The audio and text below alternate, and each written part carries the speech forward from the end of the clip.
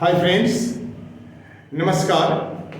As I did in those last episodes regarding one word substitution, so मैंने सोचा कि उसको अभी जारी रखना है.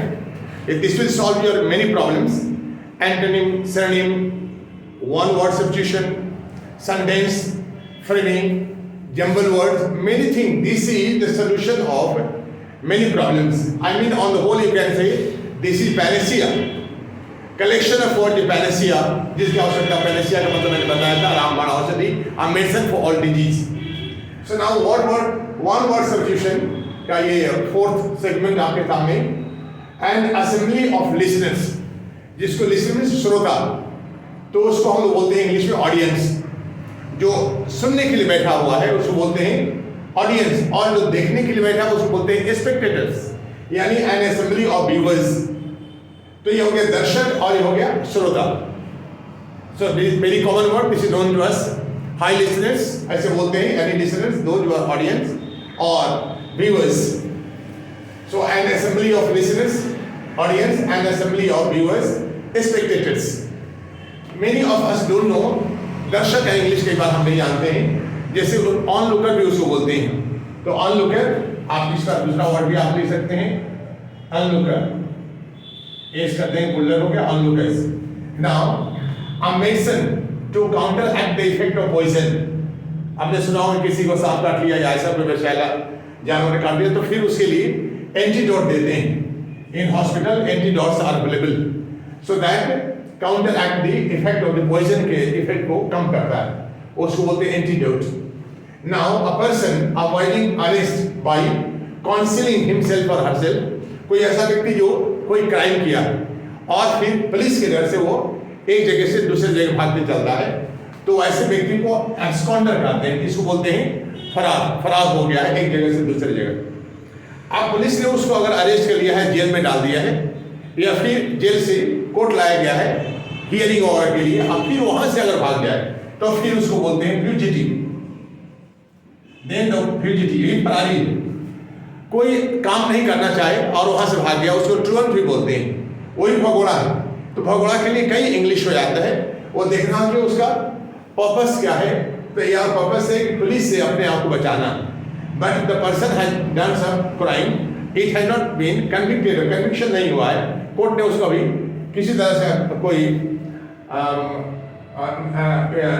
रूल उसके ऊपर भी कोई लीगल एक्शन अभी तक नहीं हुआ, इसलिए उसको बोलते हैं एब्सकॉन्डर. अगर कोई एक्शन हो जाए, जेल में हो और वहां से भागे तो उसको बोलते हैं fugitive. Now perceptible to the ear, जो कान तक आसानी से सुनाई पड़ सके, जैसे कि यूनिट्स ऑफ साउंड को बोलते हैं हम लोग डेसिबल. तो प्रॉपर डेसिबल 20 डेसिबल तक जो साउंड आता है जो आसानी से सुन सकते हैं, दैट शुड बी ऑडिबल. उसको बोलते हैं Audible. But your speech is not Audible, please speak. आप थोड़ा सा और ऊंचा बोलिए. तो that is Audible, I mean which can be heard easily. That is saying that perceptible to the ear. Now, unrestricted government by one man. कोई एक man चला, बस एक ही मैन का वहां पर सब कुछ चलता है, कोई दूसरे कोई जरूरत नहीं. उसको बोलते हैं ऑटोक्रेसी. That is autocracy, माने एक तंत्र, इसको हिंदी बोलते हैं, एक ही तंत्र है, autocracy. Now, general pardon of offenders. कई अपराधी हैं और उसको गवर्नमेंट ने एक बार बोल दिया कि आपको जनरल पार्डन, सबको क्षमा कर दिया. तो that is said to be amnesty. इसके बारे में मैंने आपको पहले ही बताया था. Amnesty international is situated in London. After lower court, high court और सुप्रीम कोर्ट के बाद प्रेसिडेंट के पास वो केस जाता है. अगर वहाँ पार्डन हो गया तो ठीक है, नहीं तो फिर एमनेस्टी इंटरनेशनल के पास भी पार्डन के लिए जाता है. आजकल आपने सुना होगा कि हमारे बिहार गवर्नमेंट भी जनरल पार्डन दी है टू सम ऑफेंडर्स, जिसके अगेंस्ट में अभी काफी पॉलिटिक्स में बिहार में चल रहा है. तो उसको बोलते हैं ऑफेंडर्स को सब कुछ क्षमा देना, that is amnesty, general pardon. Now married two ladies at the same time. दो माने दो विवाह एक साथ करना, उसको बोलते हैं बिगमी. गमी बाय अगर टू एंड गमी मींस शादी करना, तो दो शादियां एक साथ अगर हो, दो वाइफ किसी पास होता है बिगमी. और मोनोगमी अगर एक है, एक ही शादी किया आपने, तो मोनोगमी. अगर दो हो गया बिगामी, बिगमी. और दो से अधिक बोलते हैं पॉलीगमी, यानी हैविंग मोर देन 2 वाइफ्स, ये पॉलीगमी. तो पॉली का मतलब हो गया बहुत. तो बहुविवाह पर था पॉलीगमी, द्विविवाह हो गया बिगमी, और मोनो मीन्स एक। और उसके ठीक उल्टा चलते हैं कि having more then one husband, एक ही साथ किसी व्यक्ति किसी पत्नी या फिर महिला को दो से ज्यादा हस्बैंड है तो उसको बोलते हैं polyandry. Polyandry the practice was on in the time of Mahabharat. कहते हैं Draupadi was having the practice of polyandry, she was having more than 2 husbands, then she बोलते हैं polyandry. Now money given to the woman for maintenance. You might have heard that after divorce, the divorcee files a case in court to get some maintenance. Maintenance के जो पैसे चाहते हैं, तो maintenance जो पैसे मिलते हैं उसको बोलते हैं alimony. Alimony हिंदी और उर्दू में कई बार आपने सुना होगा मेहर की मनी, मेहर वाले पैसे। तो मेहर की क्या राशि मिली, तो that राशि is said to be alimony in English. It means money given to the woman for maintenance, that is alimony. And now one who eats human flesh को जो खाकर जिंदा रहता है उसको बोलते हैं कैनिबल।